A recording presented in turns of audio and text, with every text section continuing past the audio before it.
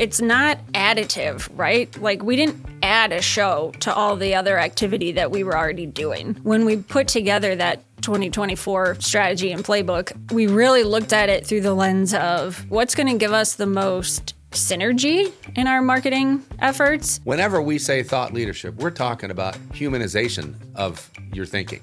Yeah, absolutely. We're making sure a human's attached to the thinking, the speaking, the delivery of our ideas to our audience. So just kind of this knowledge sharing trove that I feel like we've created and we didn't really set out to, but it's been kind of cool to watch it unfold.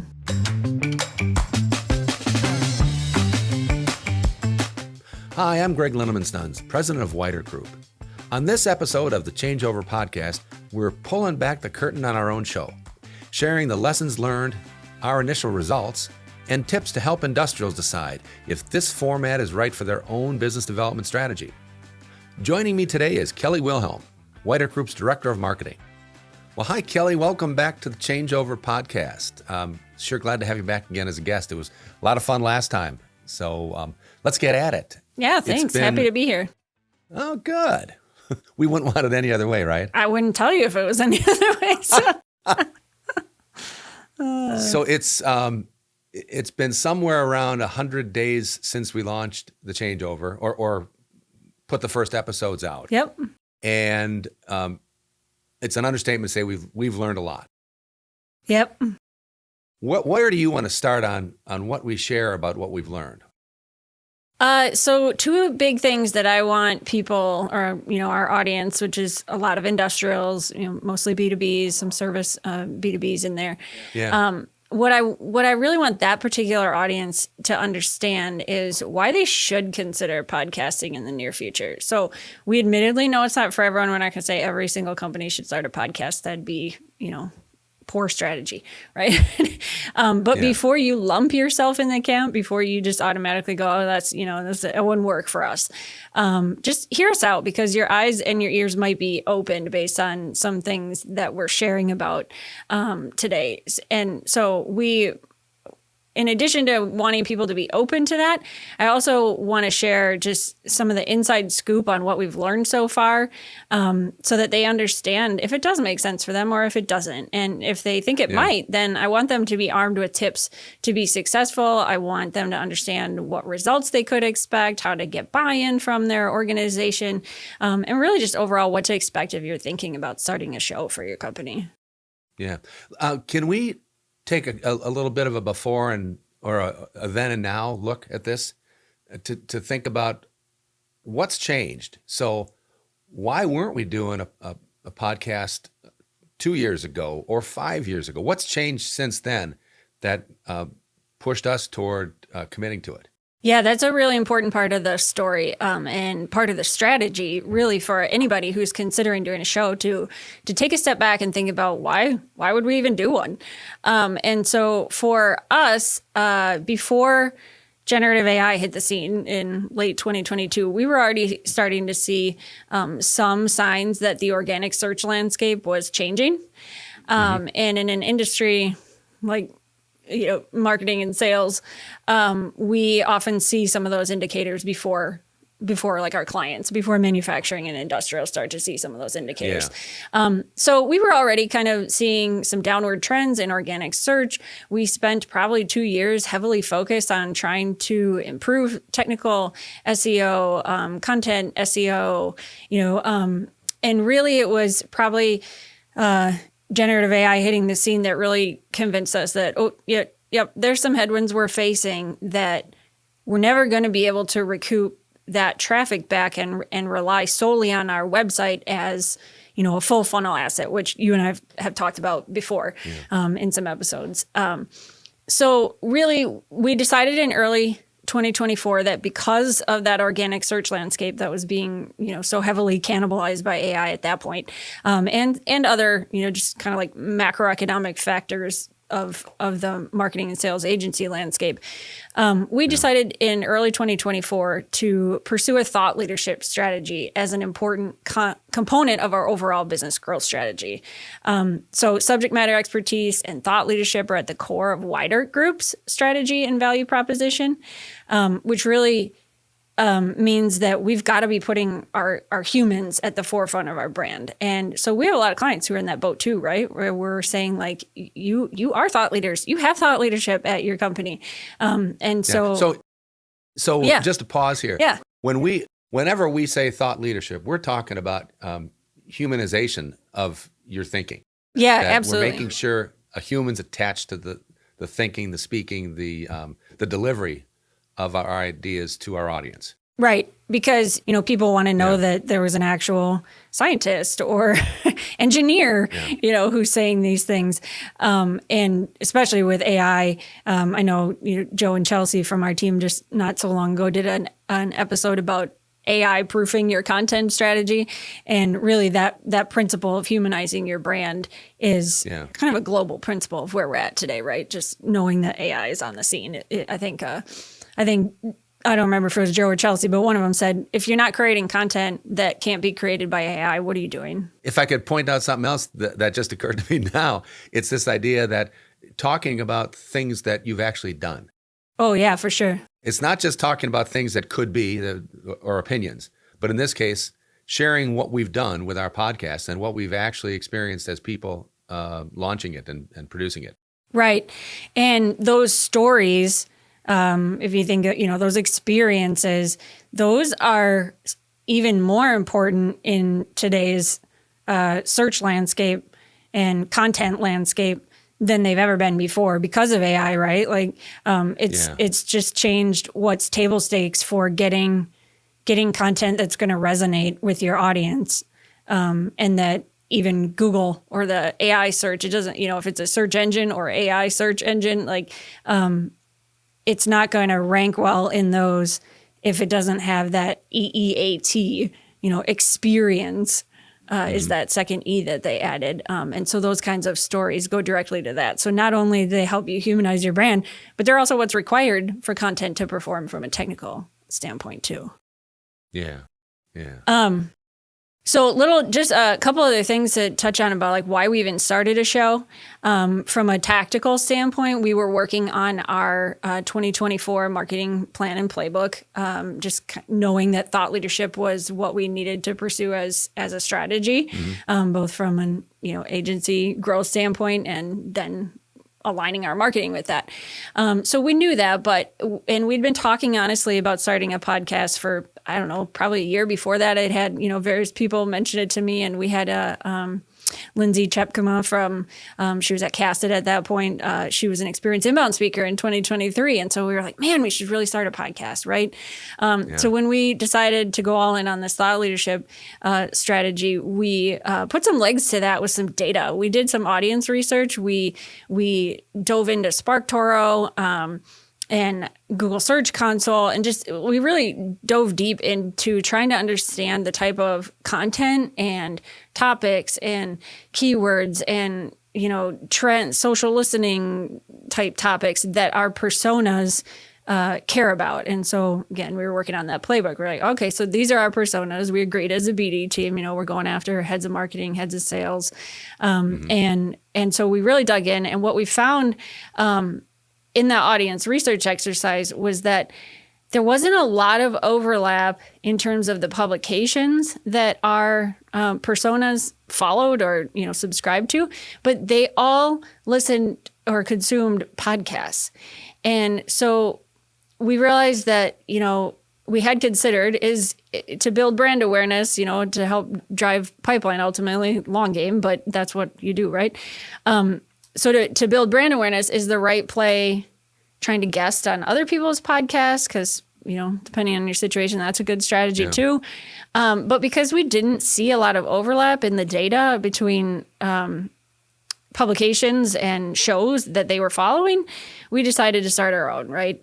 And that would help us humanize our brand. It would help us show our team's expertise in integrated marketing and sales. It would help us deliver additional value to our clients, right? So in addition to the brand awareness aspect of starting a show, we also want to make sure that we're bringing our clients along with us as we're sharing these thought leadership insights. And as we talk about every time we publish an episode, we're talking about topics that hopefully matter to our clients and our prospects. So that's, another important component and we'll share some results, some feedback we've gotten from clients as well.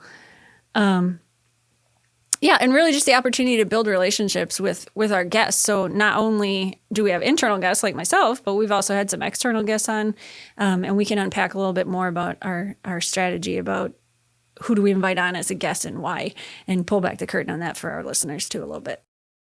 Yeah. So the summary there is there were a lot of reasons for us to do our own rather than to seek opportunities elsewhere, that we had enough confidence that, number one, we had enough to talk about, and number two, we already had a potential audience in our current clients, and marketing to them is a great idea. Building their knowledge of us and providing a free service of, hey, here's what we're thinking now. Here's what we've learned now.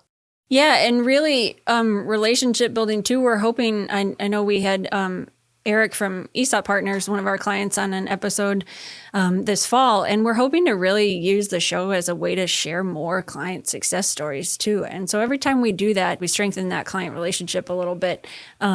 And it also helps them with being on the show, gives them some reach. And it also, helps us tell a cool story. Yeah. Good. So I think ultimately we put a lot of our resources behind the show, but we did it, like you said, confidently because it aligned with our strategy, and we felt, the data was showing that it would align with our audience's needs.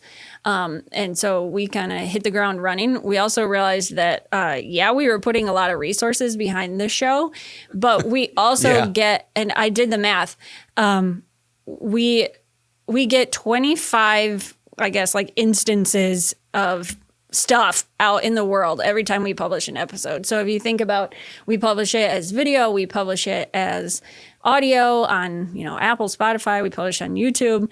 And then we promote it multiple times over, and we get several clips out, in the world that are YouTube shorts and go on social as native shorts. And we also, send out subscriber emails.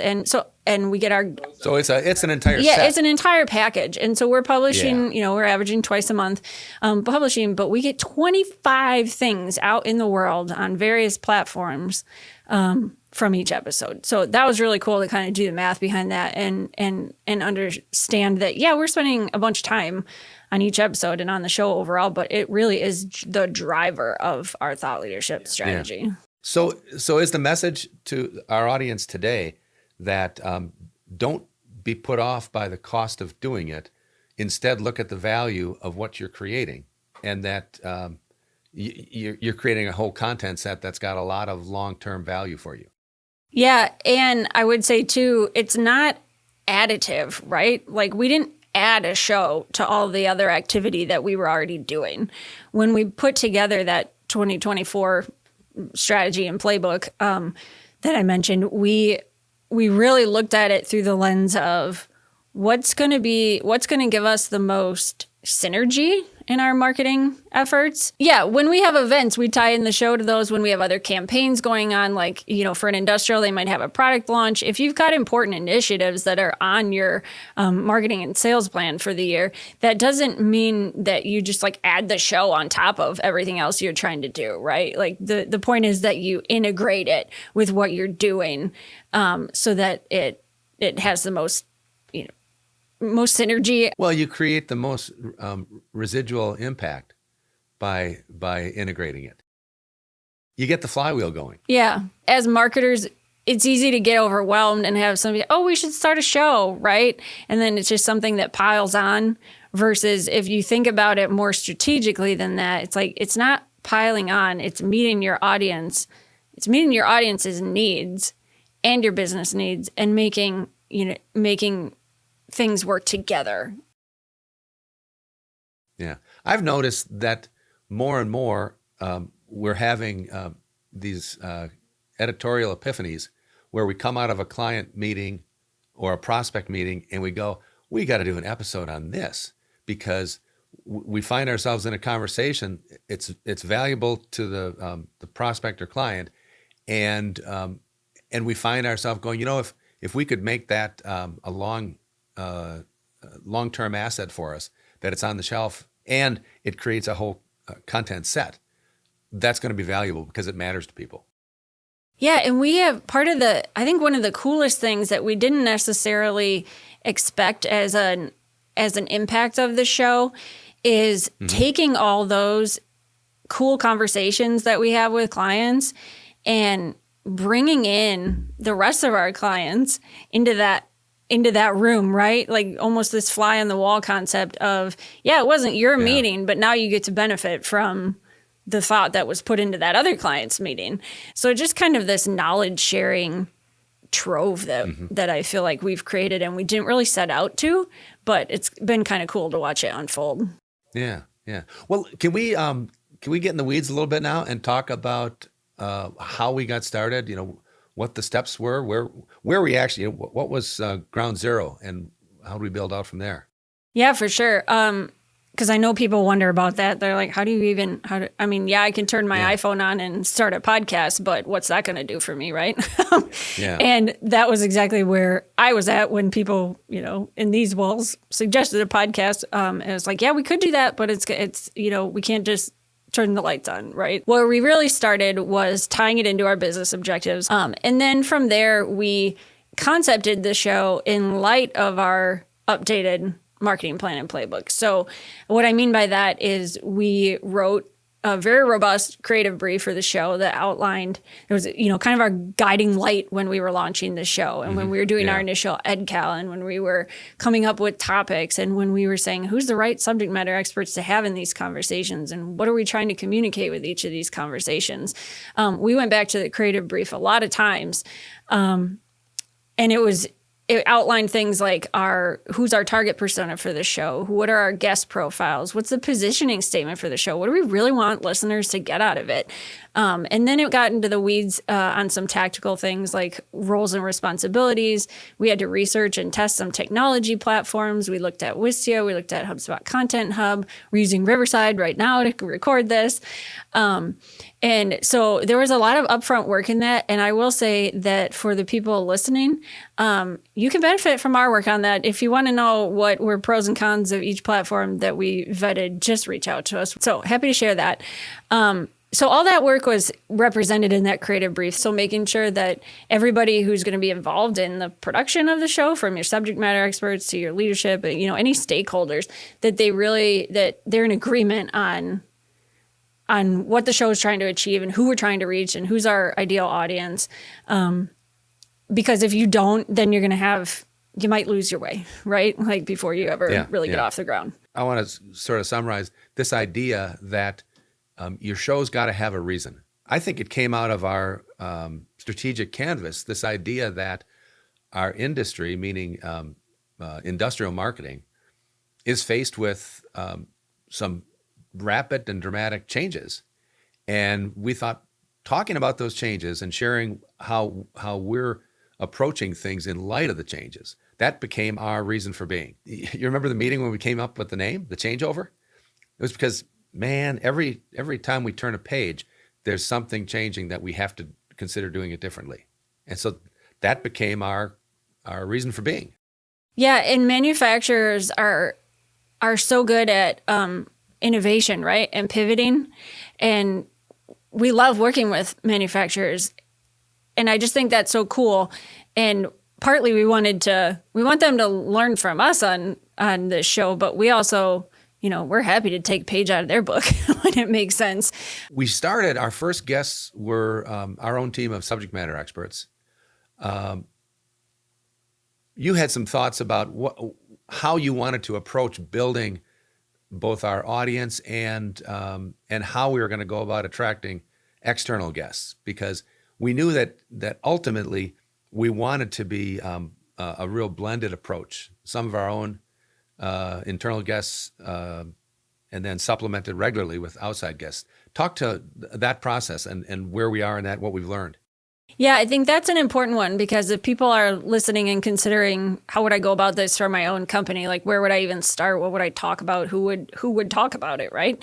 So for us, we knew it would be hard to launch a show with external guests because we didn't have a subscriber base. We were a new show. So we have, blog subscriber base. We got thousands of blog subscribers, but the show itself didn't have a subscriber base.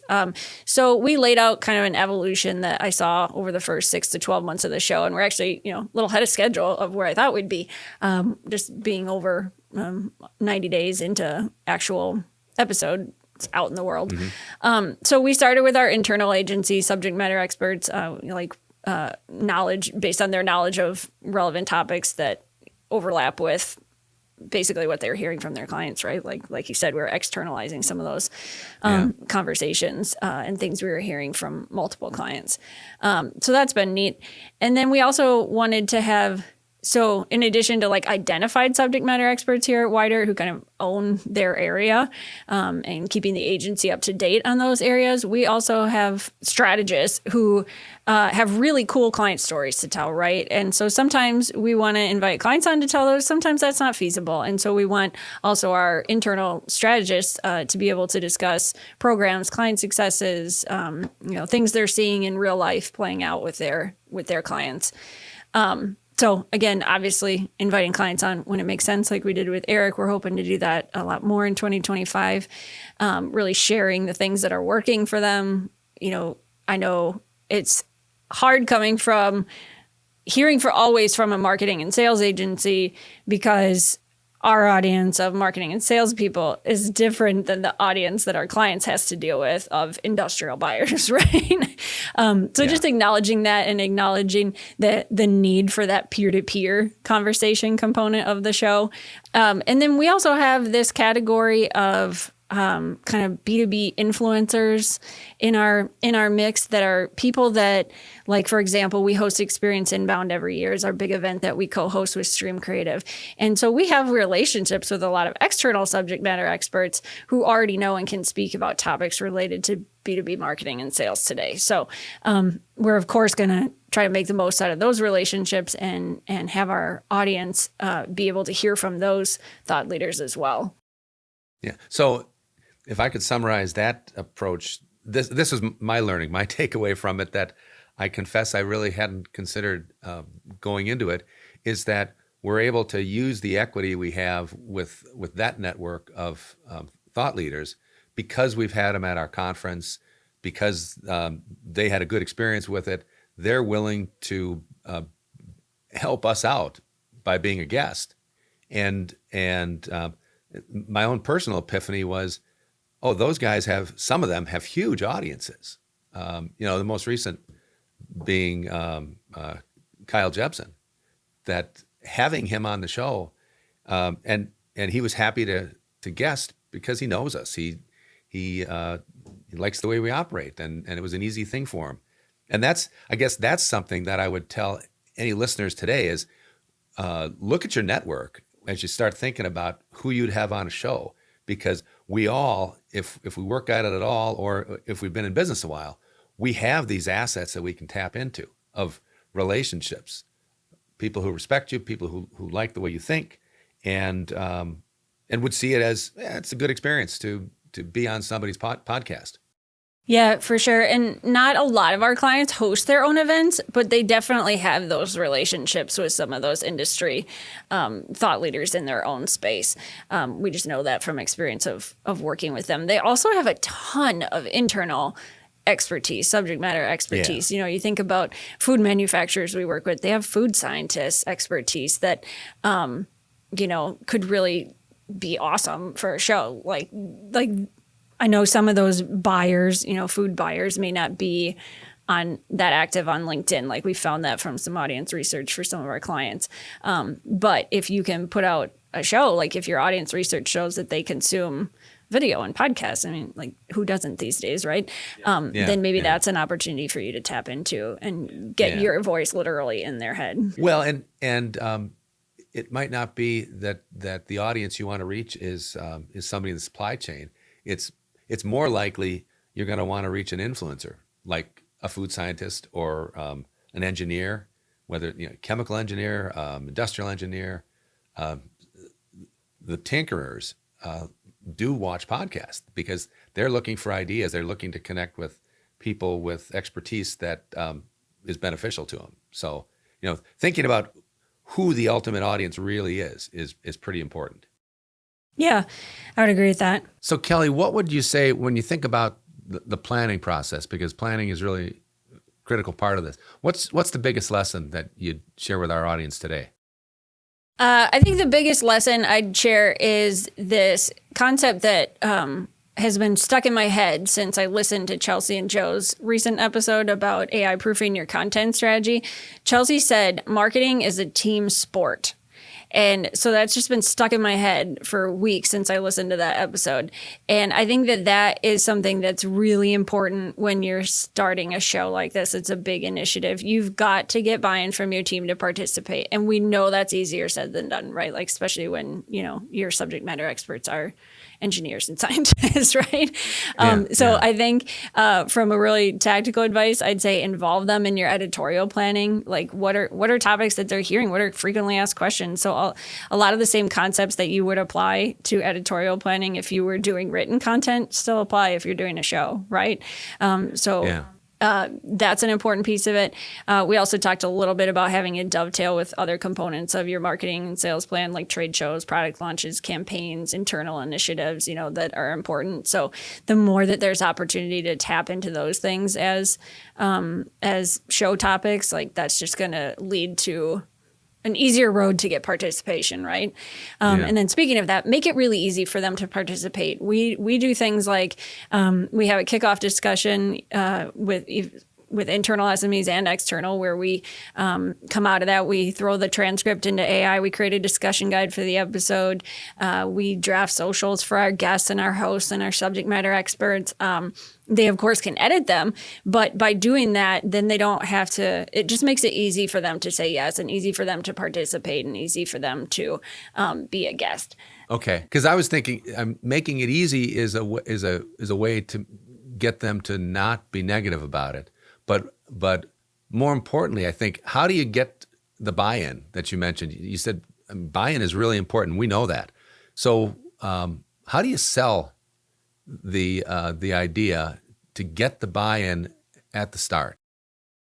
I think part of it goes back to that strategy piece that we were talking about. If you can really uncover the why of why you'd want to do a show in the first place and back it with some data, some evidence. Like for us, the evidence, in part, it started with, we're not going to get back what we lost from the organic search landscape. So what do we do instead, right?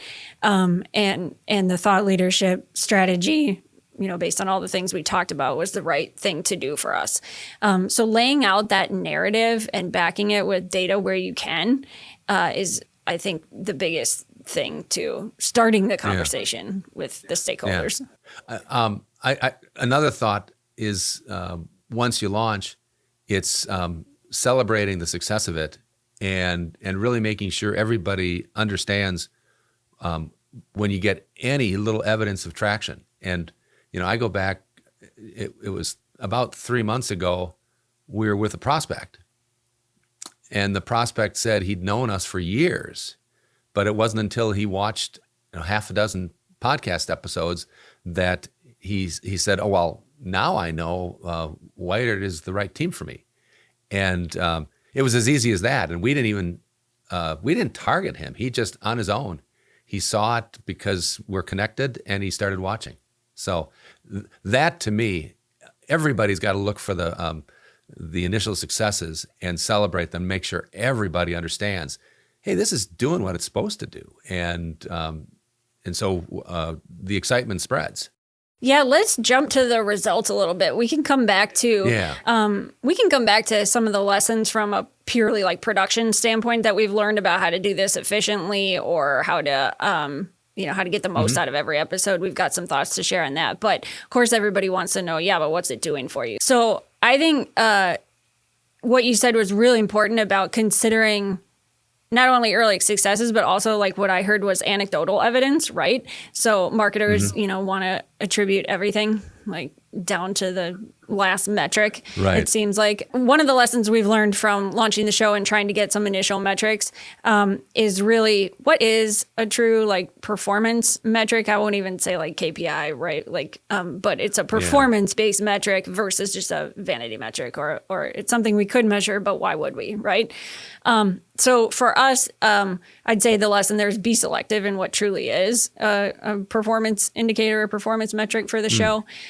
So for us, it's been things like subscribers, followers, number of plays, engagement rates, because we want to know that people aren't dropping off in the first minute of the show. And so it's been less about where they found the show, like did they listen on Apple or Spotify or YouTube or our website. I more care that, we're hearing positive things and having those successes from the show overall versus like so myopically looking at where they came from, right? Because like we might never know exactly where that prospect heard us, but he heard us, right? And that's what I care about the most. So I think, that direct attribution reporting isn't necessarily the focus. My takeaway is again, it's not the big metrics. It's the anecdotal of knowing that people who are listening to it are giving us positive credit for it, and it's advancing us in their eyes. And so it's not a numbers game. It's qualitative. It's very qualitative. And to me, the qualitative continues to encourage us.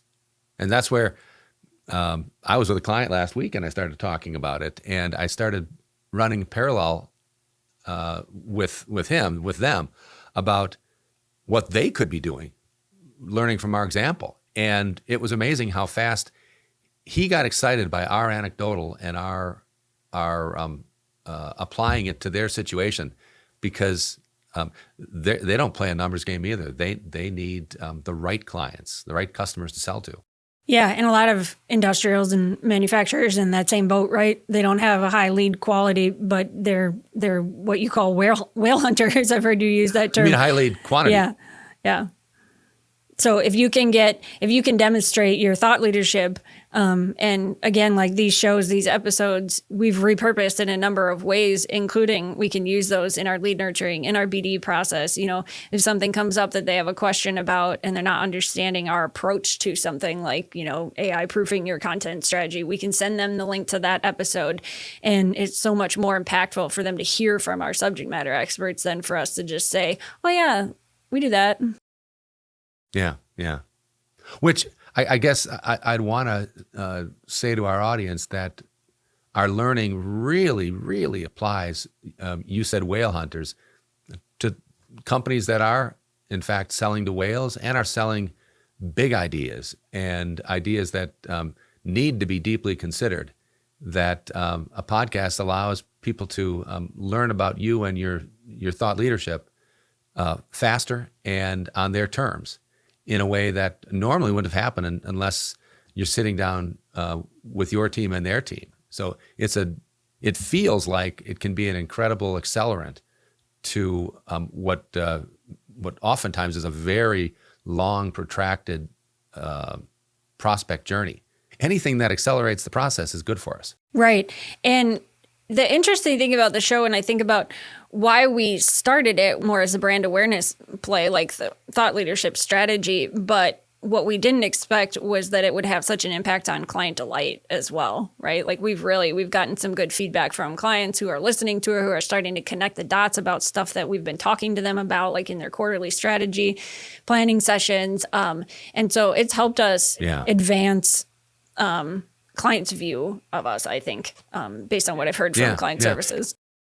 And a specific agenda with them that they can now consume on their time in their terms, and it allows their minds to be open to stuff that they might have been resistant at accepting a meeting to talk about it. Yeah. So it's a different approach. And I think that they might be more likely to pass along, like if they're trying to get buy-in for something we're recommending they do, they might be more likely to pass along an episode, a podcast episode to their stakeholders than, having us show up and present to a meeting. Yeah. Well, do you want to go back to the how now? Yeah. So Our lesson, what have we learned about actually doing it, about actually producing? Yeah, so we mentioned making it easy for your team to participate in the production and the promotion aspects of it. So there's some lessons there for sure that I want to share.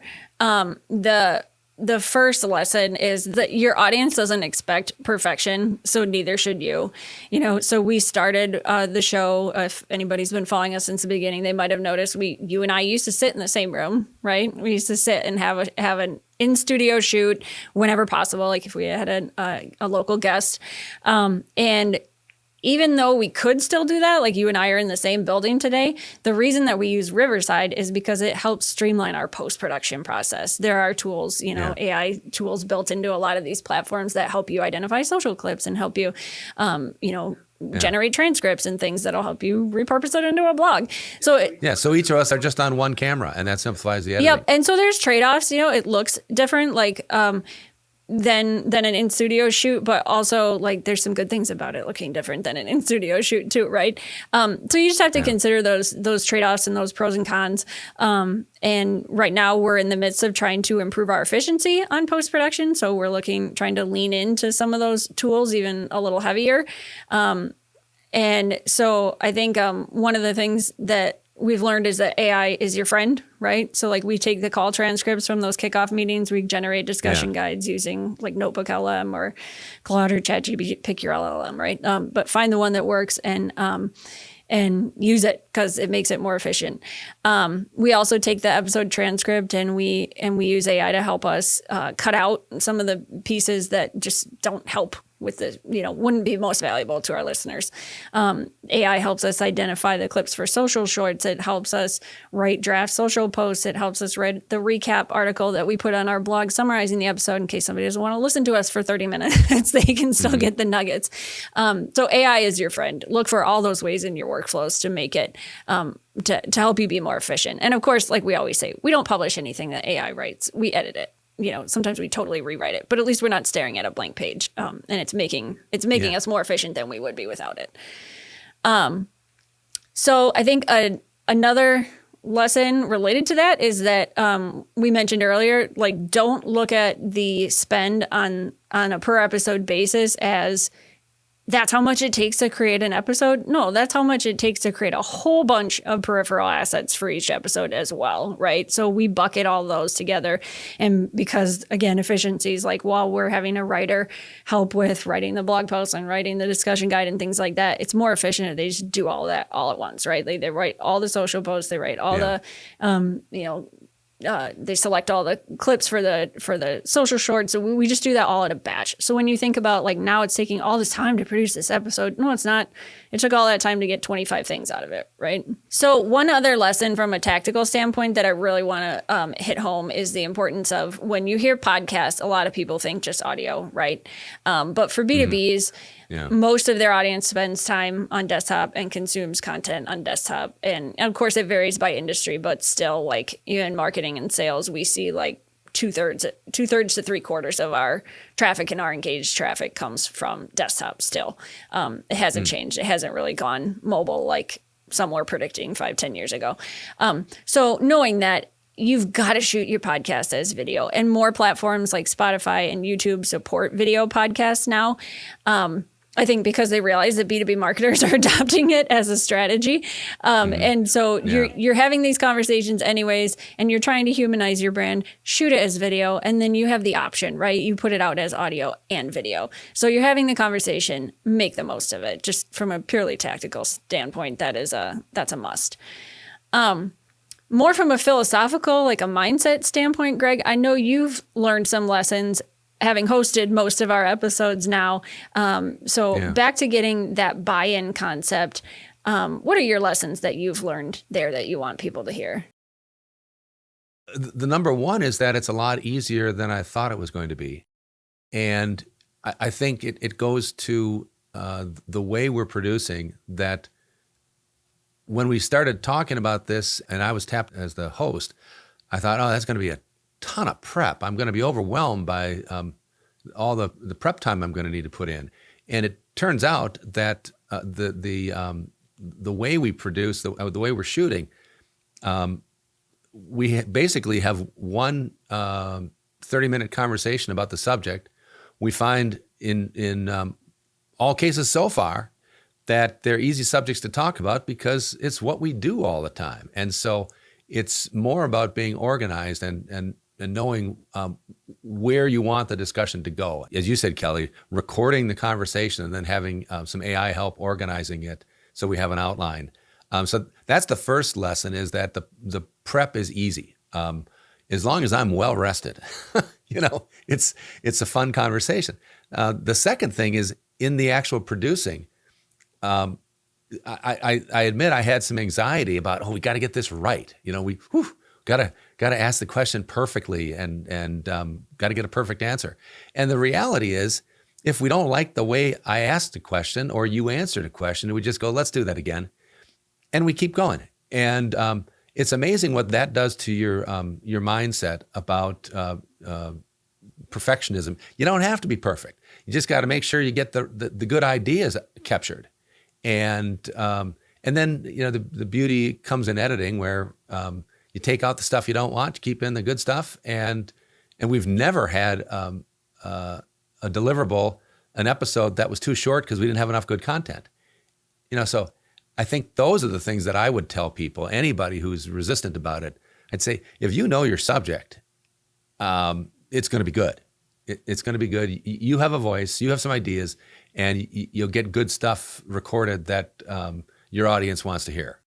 Yeah, I think that's the biggest thing, is just trying to put people at ease. And Matt on our team, who's our video editor, video producer, he did a really great job on those first batch of episodes where we did film in person. I think that was a credit to him of making us at ease, in addition to the systems that we put in place to help us prep as well. So once we got those first few under our belt, we were like, oh, okay, this is going well. Let's see how we can iterate and make it even smoother production. But yeah. So I think on just, if I had to summarize 3 pieces of advice I'd want people to get from this, I would say do your research and align with your business growth strategy is the biggest piece of, should we even start a show?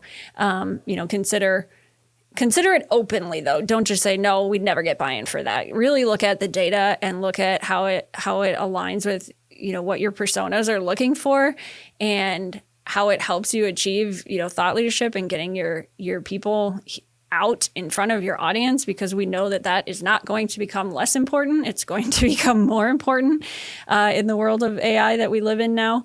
So that's the first thing, is just be open to it, right? Do your research and be open to it. And then if it's starting to make sense, if it's starting to feel like, yeah, maybe we should think about that,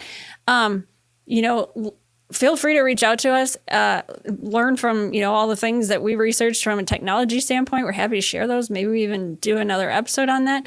But I would say, just the lesson there is technology is your friend. Use it the most you can to make the system that you build around your production very streamlined and swift as possible. And then the third lesson would be setting reasonable expectations, right? Like, you're not going to grow a subscriber base overnight.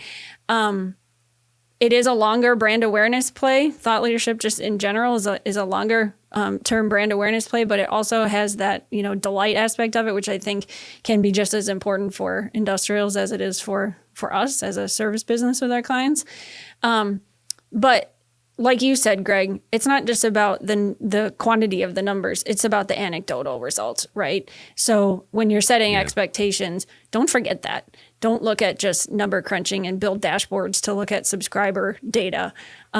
Really build a system where you have that 360-degree feedback loop, and you hear from your internal stakeholders and your external customers and prospects, who have found you because of the show, or who have listened to you because of the show, and make sure that you have a system to capture those anecdotes too. Yeah.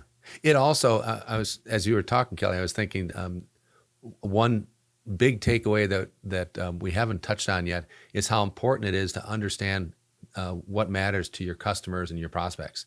It goes back to the old they ask, you answer, that you've got to have that access to their voice that you're never far from the next subject because you're listening to what's important to them. So you're tapping into your salespeople and your business development team on what are the questions that they hear most often that trigger great conversation. And those are episodes, because you get those in the can, and all of a sudden your sales team is sharing those more broadly, and they've got great ammunition to share how smart you are, how smart your team is, that you're on the right issues. So can't emphasize that enough, how important that is. Yeah, marketing really is a team sport in 2025, like Chelsea said.